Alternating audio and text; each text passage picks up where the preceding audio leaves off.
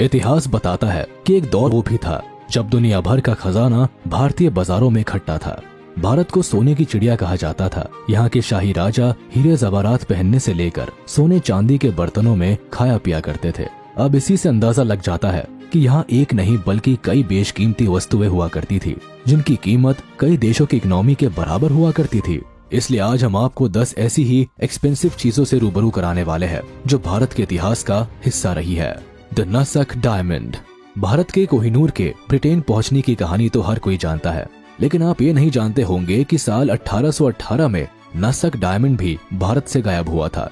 बताया जाता है कि किसी जमाने में गोलकोंडा की कोल्लूर माइन से निकला यह हीरा त्रिम्बकेश्वर मंदिर में शिव जी के श्रृंगार का हिस्सा हुआ करता था। कई सदियों तक इसी मंदिर में रहने के बाद एंग्लो मराठा वॉर के दौरान ईस्ट इंडिया कंपनी ने इसे ब्रिटिश ज्वेलर्स को बेच दिया था। वक्त के साथ इसे कई बार खरीदा बेचा जरूर गया, लेकिन 43.38 कैरेट्स का यह हीरा आज लेबनान के एक प्राइवेट म्यूजियम में पड़ा है। अमरावती मार्बल्स।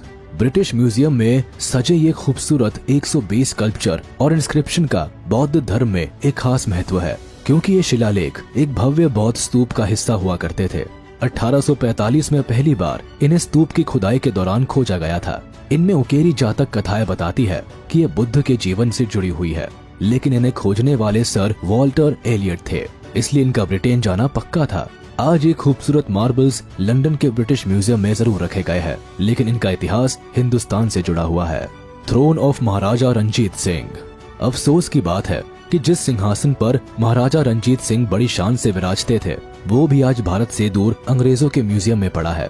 इस सिंहासन को बनाने वाले क्रिएटर एक मुस्लिम सुनार थे, जिन्होंने लकड़ी और सोने के इस तख्तो ताज को तैयार किया था। सुनने में आता है कि सिखों के महाराज होने के बाद भी रंजीत सिंह जमीन पर बैठना पसंद करते थे और कुछ शाही मौकों पर ही सिंहासन का इस्तेमाल करते थे।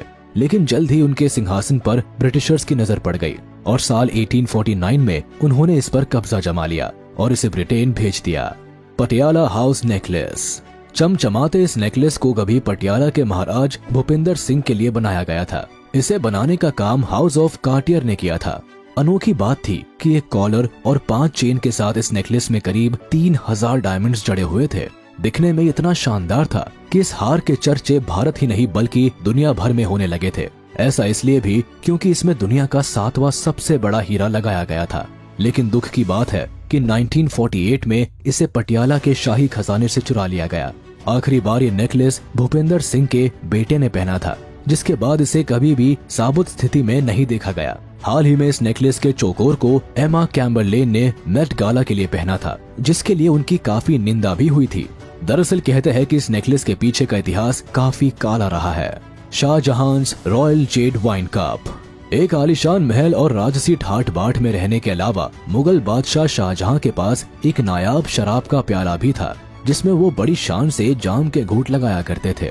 हालांकि सफेद रंग के इस प्याले को खास शाहजहां के लिए बनाया गया था, लेकिन इसे बनाने वाला आर्टिस्ट कौन था, इसका इतिहास में कोई जिक्र नहीं मिलता। अतीत के पन्ने बताते हैं कि 18.7 सेंटीमीटर लंबा ये प्याला 1857 के बाद कर्नल चार्ल्स सेटन को मिल गया था। उसके बाद ये कई लोगों को बेचा गया, लेकिन आज इसकी मौजूदगी हमें विक्टोरिया और एल्बर्ट म्यूजियम में मिलती है। सुल्तानगंज बुद्धा। 2.3 मीटर ऊंची और 500 किलो वजनी इस मूर्ति को शायद आप पहली बार देख रहे हो, लेकिन ये मेटालिक स्कल्पचर सुल्तानगंज बुद्धा का है, जो 1861 में भगलपुर के सुल्तानगंज में पाया गया था। इसे एक रेलवे इंजीनियर ने 200 पाउंड में बर्मिंघम के एक मेटल मैन्युफैक्चरर को बेच दिया था, और इस तरह से भारत का यह नायाब स्कल्पचर भी दूसरे देश पहुंच गया था। आज ये हमें बर्मिंघम के म्यूजियम में रखा हुआ मिलता है। इसके इतिहास पर नजर डाले तो ये 500 से 700 ईडी के बीच तब बनाया गया था, जब भारत पर गुप्ता पाला राजवंश का शासन हुआ करता था।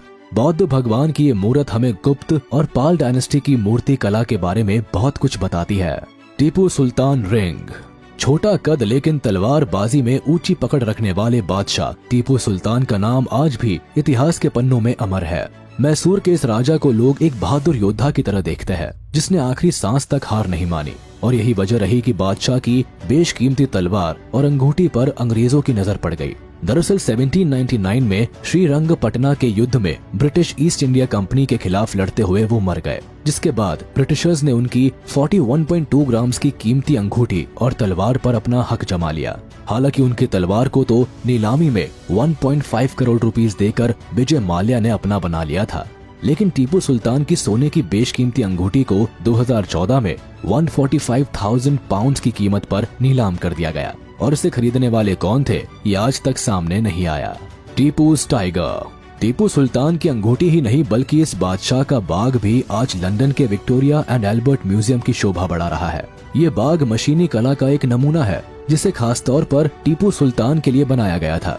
इस मूर्ति में बाघ को एक ब्रिटिश सैनिक को मारता हुआ दर्शाया गया है, जो टीपू सुल्तान की ब्रिटिशर्स के प्रति दुश्मनी का सिंबल था। टीपू सुल्तान के मरने के बाद उनके इस बाघ को लॉर्ड मॉर्निंगटन ने ब्रिटेन भिजवा दिया था और तभी से ये ब्रिटेन की म्यूजियम में रखा हुआ है। इसलिए अगर आप कभी लंदन जाए तो मैसूर के राजा की इस खास निशानी को जरूर देखें। Peacock throne. मुगलों की शान शौकत और राजसी सत्ता का प्रतीक मयूर सिंहासन को बनाने वाले बादशाह शाहजहां थे। हीरे जवाहरात और सोने से जड़े इस सिंहासन को उन्होंने ताजपोशी के लिए बनवाया था। इसके दोनों हिस्सों में मोर की आकृति के चलते इसे मयूर सिंहासन कहकर बुलाया जाता था। वही फारसी में इसे तख्ते ताउस भी कहा जाता था। शाहजहां ने अपने इस नायाब सिंहासन को आगरा के किले में रखवाया था, जहां शाही दरबार में आने वाले लोग इसकी खूबसूरती को निहारते थे। इस सिंहासन की खासियत थी कि इसमें विदेशों से मंगवाए गए हीरे, अनमोल पत्थर और मणिक जड़े गए थे।